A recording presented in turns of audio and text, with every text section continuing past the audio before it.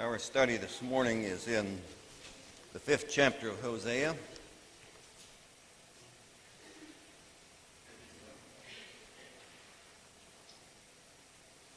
Beginning with verse 4. Hosea chapter 5, verse 4. Lowell, would you word a prayer for us this morning?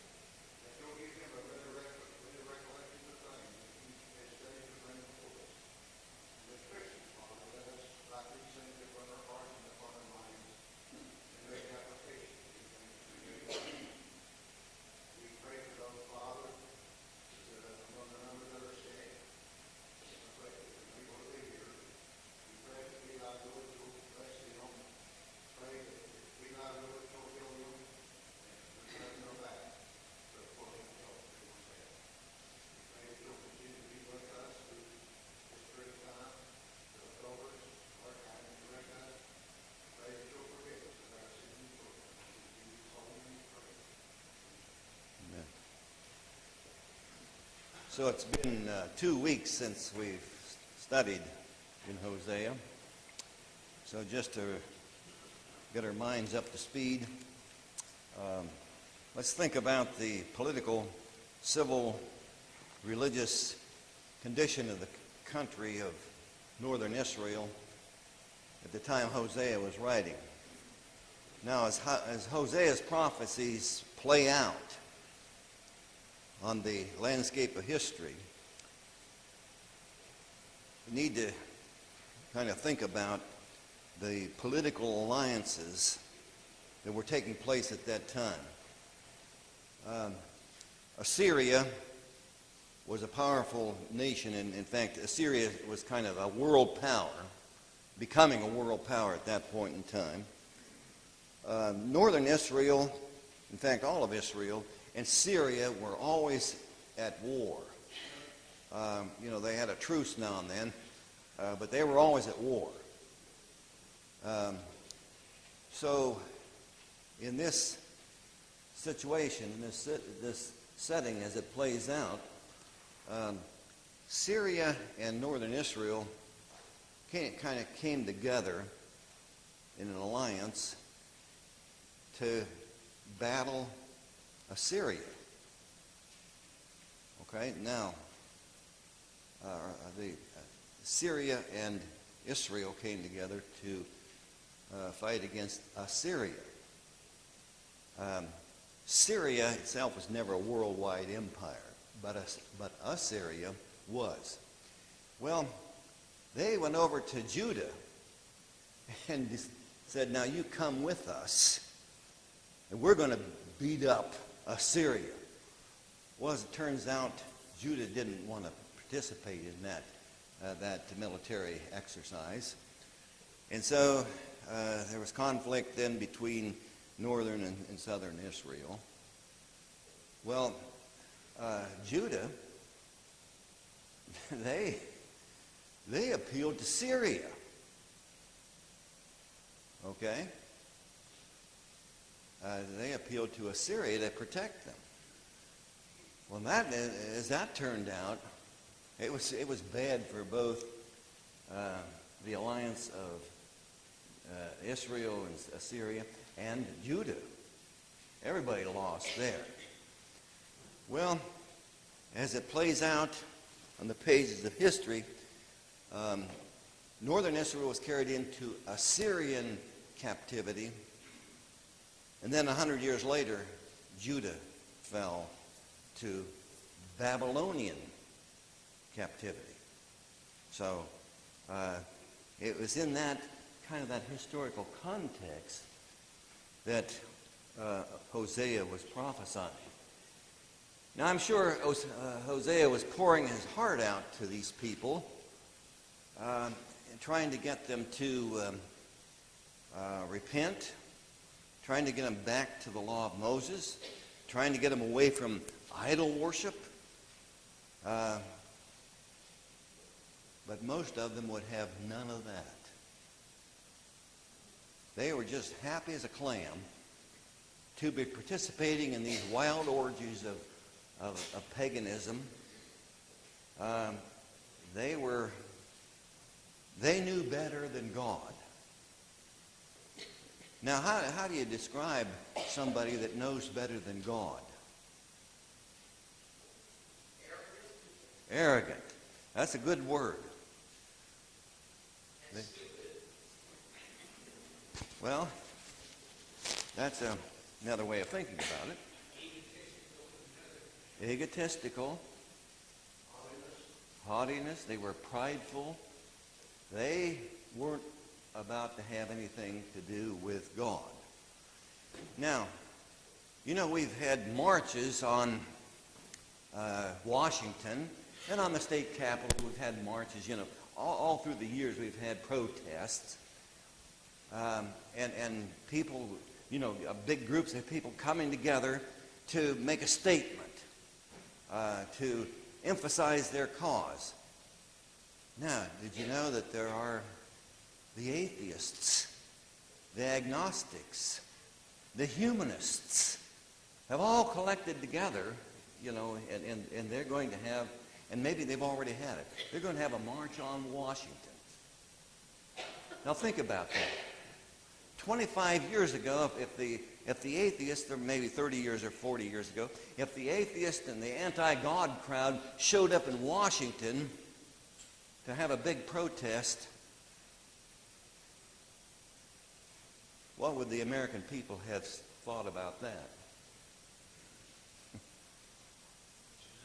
Pardon me? They thought, boy, those wackos, think about that. That anti-God group, man, you know, and they would have been really, there'd have been, you know, a counter-protest, so to speak. But you see, here are these arrogant, prideful, egotistical, know-it-all folks who are just saying no God. They're promoting their agenda. That's on a religious doctrinal level. Now think about what's happening on the moral, in the moral vein. Think of all the when Planned Parenthood was kind of defunded or whatever, they talked about defunding Planned Parenthood, and in some cases it was defunded, and then the courts restored the funding. Now, of course, Planned Parenthood is the abortionist group, as you all know. So when that group was defunded, what happened? They protested and got some change made. Now you can imagine, and let's suppose a gospel preacher were trying to talk to, a rally of Planned Parenthood or an atheist rally. What kind of reception would you get, Mark? They'd be shouting, they would stop their ears. That's a biblical expression. They would stop their ears. Well, that's kind of the situation in America, and you can imagine, as Hosea was teaching, you can imagine the people that would have been, saying, "Well, that crazy old coot, where's he talking about? What's he talking about? We're going to be taken over. Oh, we've never been taken over by a foreign nation. How long had Israel been a sovereign nation by the time, how many years had they been a sovereign nation by the time of Hosea? How long had Israel been a sovereign nation? They operated autonomously from some other nation. They weren't captive to another nation. It had been centuries. Israel was a powerhouse at one point. Just like America is a powerhouse today. And has been for decades, right? And so some preacher comes along and says, America is in jeopardy. What does the typical American, typical arrogant American say? Huh. We don't have any problems. I mean, you know. Now then, so what's the role of the church in all of this?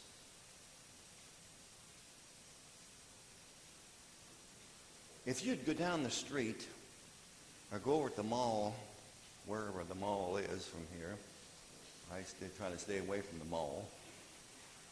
If you go to the mall and stand out on the street, you know, out there in front of Penny's or whatever, and ask the question, is the world broken? Does the world have problems? Most people would think, well, look what's happening in the Middle East. Look what's happening with social security in our country. Let's look what's happening in terms of crime in the big cities. Most everybody would agree, yeah, we've got a broken world. Now, if you'd ask the question then, do you need God? Or are you lost? Do you need salvation? What would the typical person passing by say?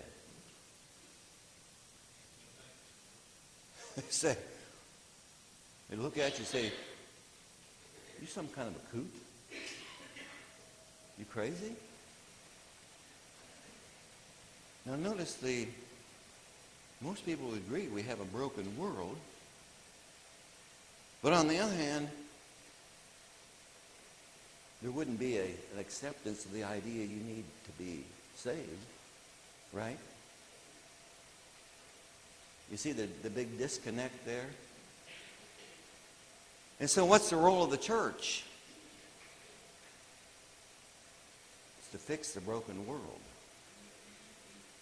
Through Christ, it's to fix this broken world. Is that right? Hosea was trying to fix a broken Israel. And they didn't want it. They didn't want anything to do with getting this thing fixed. They just ignored. How do we know they just ignored Hosea's admonition? Because Israel went down that path and was destroyed. Well, let's look at beginning with the 5th verse of the 5th chapter of Hosea. Chapter 5 is all about God's pronouncement of judgment. It's all about identifying the pride of Israel, and that Israel's pride testified against itself. That's what this is about.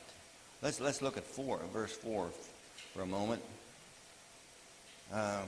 Verse 4 says, they, speaking of Israel, they will not frame their doings to turn unto their God. They're not going to rearrange their lifestyle to turn to God, to turn unto their God. For the spirit of whoredoms is in the midst of them, and they have not known the Lord. They have not known the Lord. They have not known the Lord. What's that mean?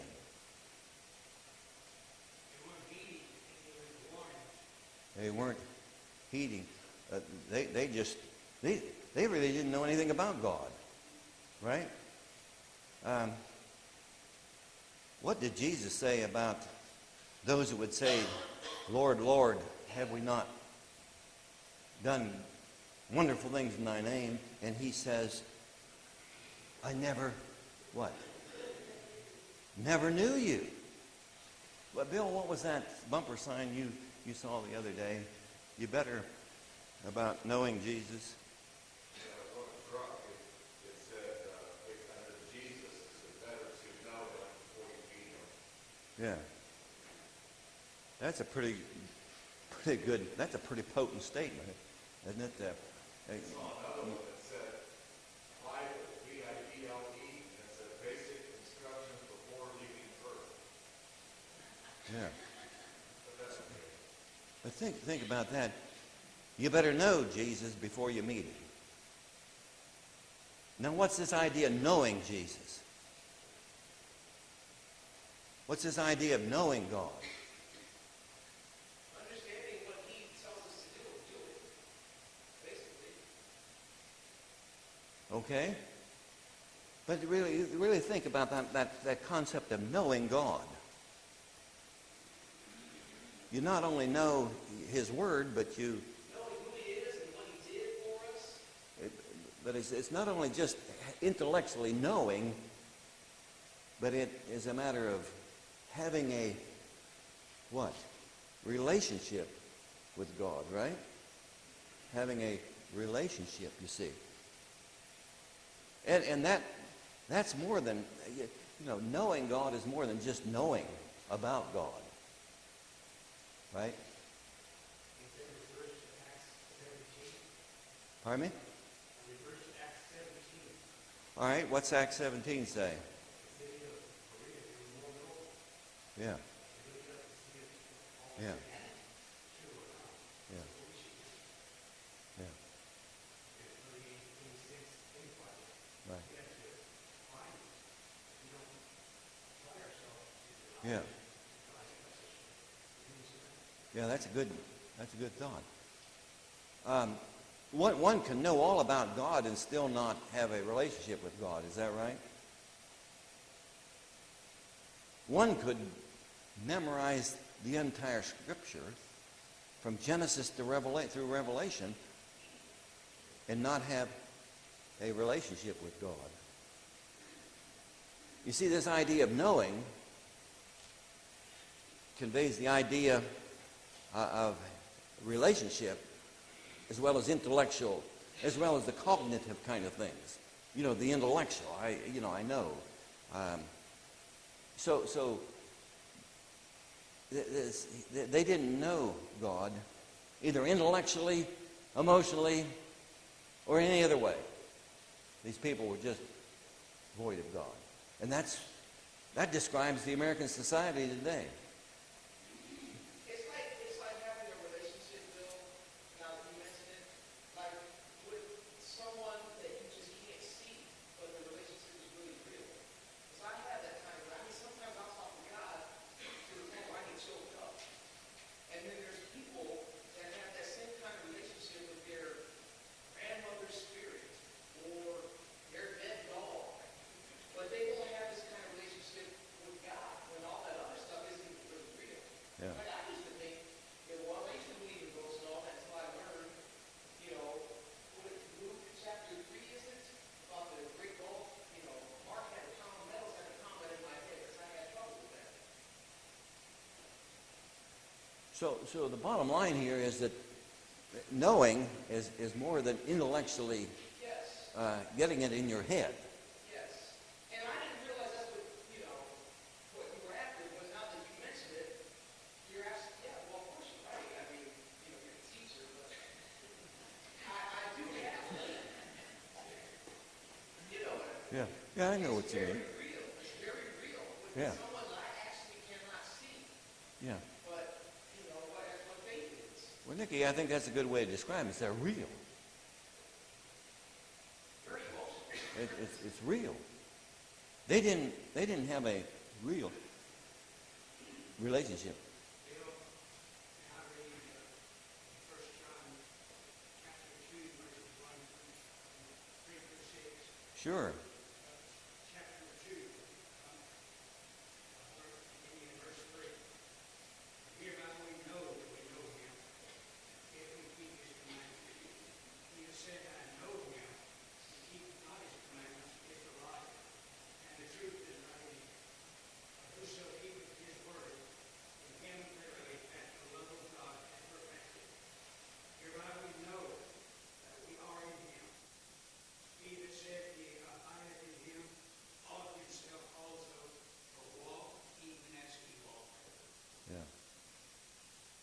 that makes it more personal than just having a bunch of information in your head.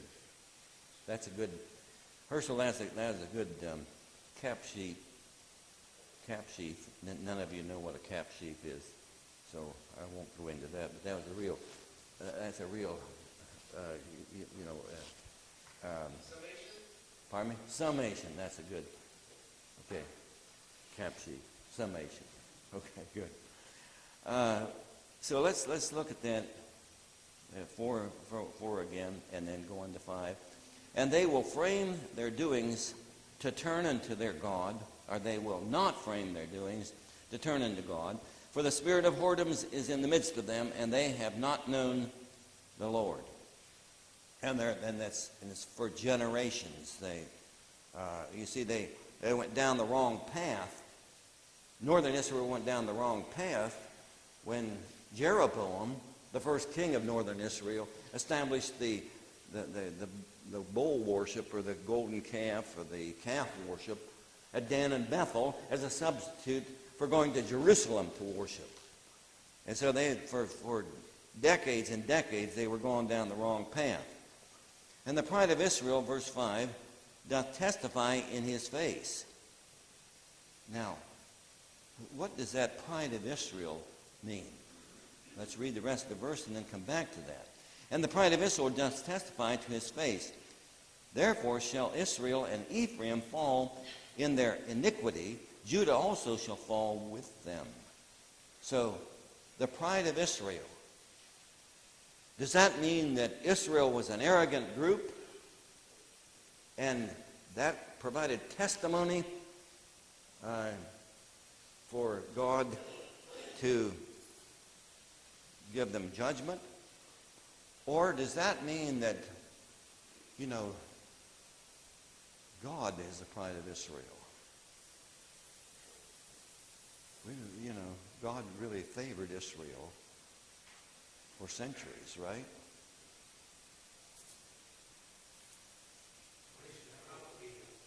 What?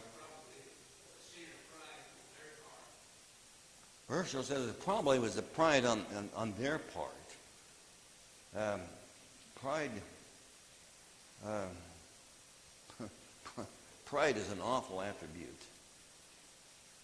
You had a... For example, the first Samuel, the nations wanted a king, and Samuel spoke to God, and God said, so he said because they had rejected Samuel, they rejected God.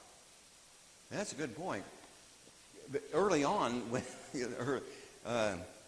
it was pride that got Israel into the king business.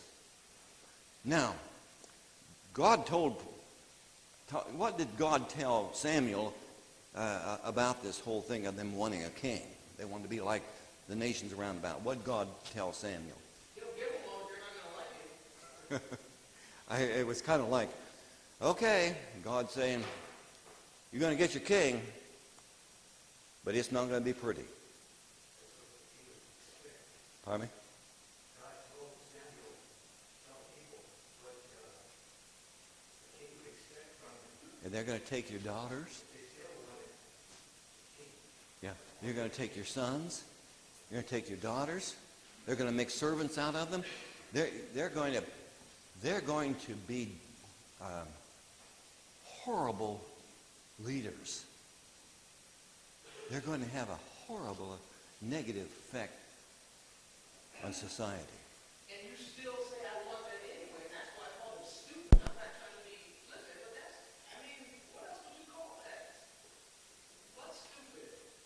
Arrogant is stupid, just stupidly arrogant. You say, I'm going to give you something, and it's going to just be hell on earth. Oh, well, I want it anyway.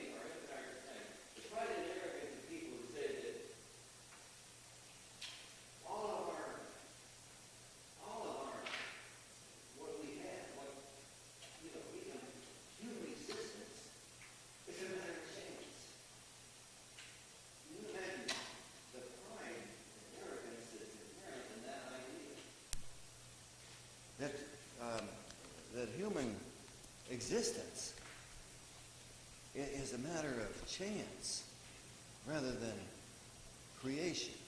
That's arrogance. That's pride. Can you imagine the arrogance that's connected with people who just merely say there's no God? And I think some of them know that they're wrong, but they've been saying it so long, they have to keep saying it. Yeah. It reminds me of the political world today. And the pride of Israel does testify in space. Therefore shall Israel and Ephraim fall in their iniquity. Judah also shall fall with them. When I was young, there were probably 5,000 prisoners in Ohio today. And the budget for prisons was probably, I don't know, 400 or 500 million, maybe. What's the prison population in Ohio today?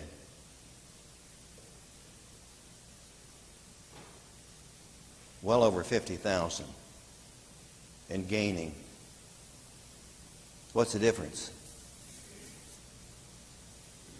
What's happened? Yeah.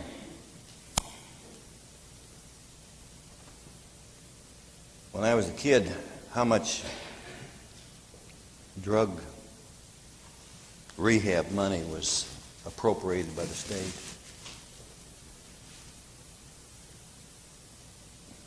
None.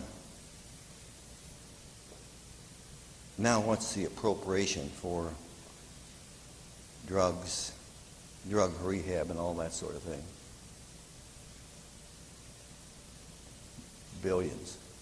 In America, billions and billions.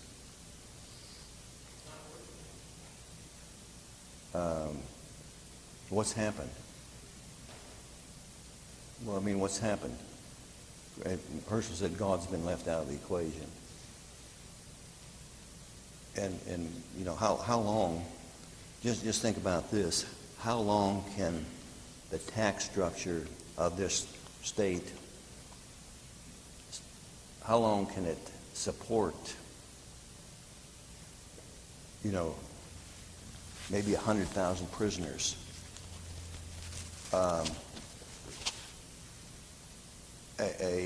A program that provides rehab for babies born to mothers that have been on drugs, cocaine, and so forth. You know, how long can society pay for all of those? And what's the problem? The social order, just like the social order of Israel, was prideful, arrogant, and he says here, Israel and Ephraim shall fall in their iniquities, and Judah shall also fall. Eventually, Judah was going to fall. Well, now, this little tribe of Ephraim was particularly arrogant. Throughout history, throughout the history of Israel, Ephraim was particularly an arrogant group, that tribe of Ephraim. You remember, that's the group that opposed Gideon, the judge. That's the group that was negative to Jephthah when he was a judge. That's the group that joined Absalom when Absalom tried to take over the kingship of David. That was the group that supported Jeroboam against in establishing a king in the northern area. That was the group that helped build the gods at Dan and Ephraim, or Dan and Bethel. So Ephraim was always a rotten group. As the Bible portrays Ephraim, the tribe of Ephraim, always on the wrong side of history, on the wrong side of right, on the wrong side of the country. Well, Ephraim is going to fall upon their own weight of iniquity. And, you know, that's what's happening in our country. Our country is falling on its own weight of iniquity. And so what's the church going to do about fixing this broken world? What's the church through Jesus going to do about fixing this broken world? That's a thought that we need to keep in our heads every day of the week, every hour of the day. What's the church going to do? What am I going to do to fix this broken world? What did Jesus do to fix this broken world? We need to be louder and more aggressive, but we have been taught as Christians to be meek and lowly and turn the other cheek, and it's backfiring. I'm not sure it's backfiring. I'm not sure we're doing anything about it. I'm not sure we're... That's what I mean. We're too quiet. Well, it's... Stay back. We're not... The church is not speaking out on issues. The church is not involved in the battle in many respects. And we're the majority. Yeah. Answer your first question, Jesus gave his life. Yeah.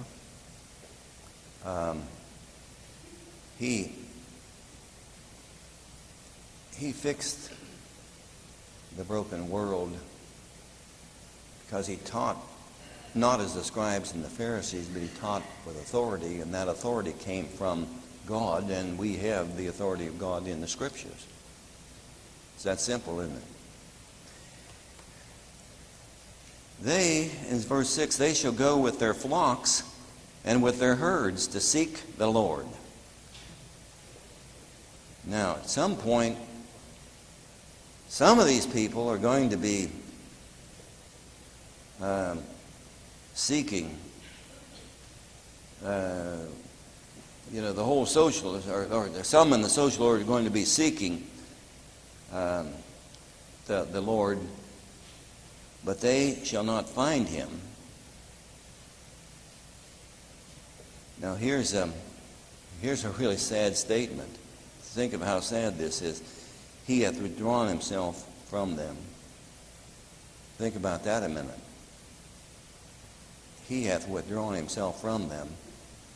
And so was there anything they could do if God is withdrawn from them, was there anything that the Israelite people could do to reattach to the Lord?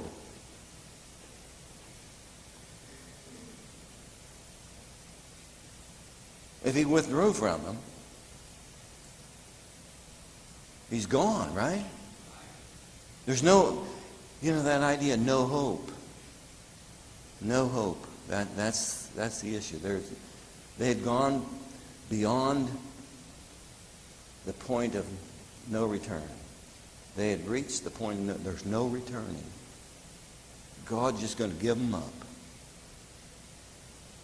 Now, I often wonder about, as nations today align and realign, you think of our country as we align with certain nations, and then we realign, Germany.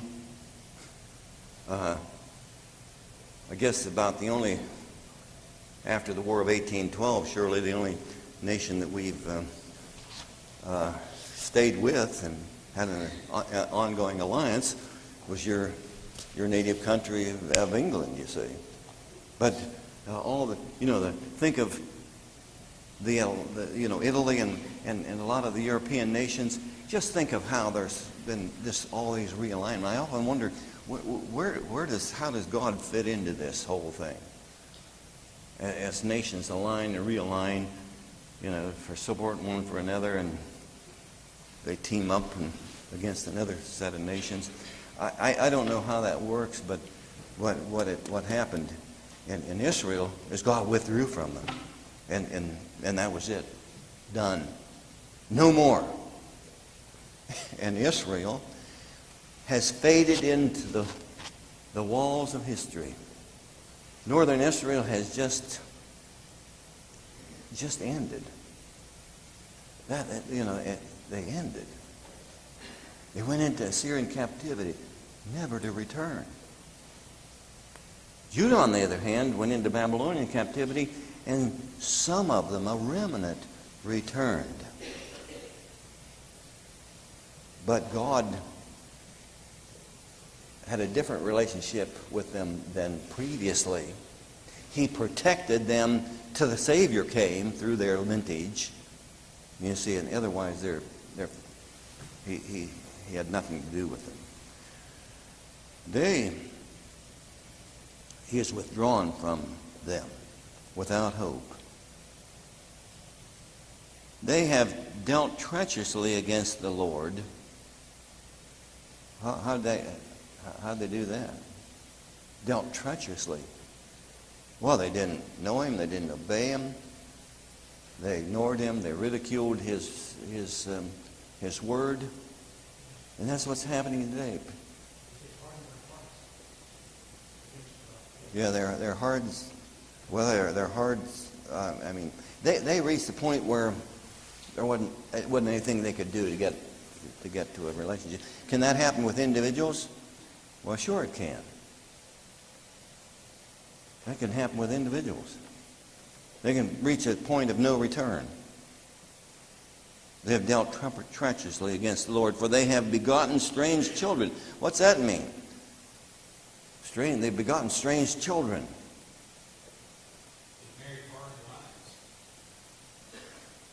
And even with the Jewish wives that were no good,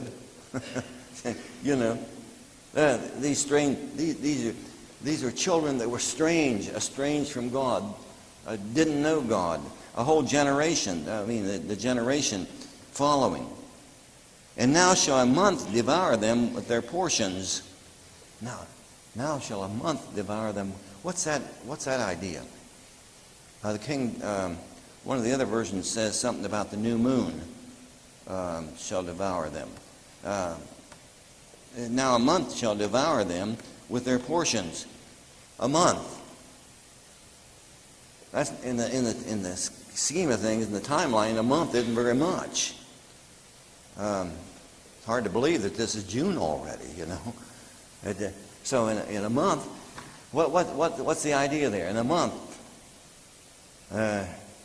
your portions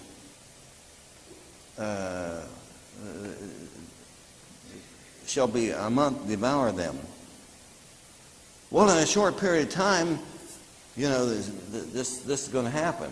The destruction is going to take place in a short period of time, a month. Short period. Not decades, a month. Short, on the timeline, very short period of time. So he says, blow ye the cornet in Gibeah, and in the trumpet in Ramah.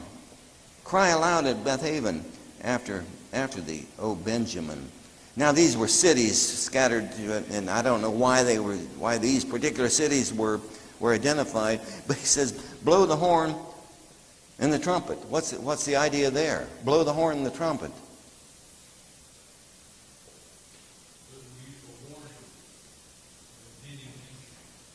Yeah, it began with the children of Israel in the wilderness. They were, this trumpet, it signaled. It was a warning. And so he's saying to the people, blow the horn. Warning. That's, we have horns on cars or equipment. Warning. The sound of warning. Sound, get the information out. Well, they didn't pay any attention to that. That was old fogey talk. The young bucks knew better, right? And the old bucks, they didn't know any different.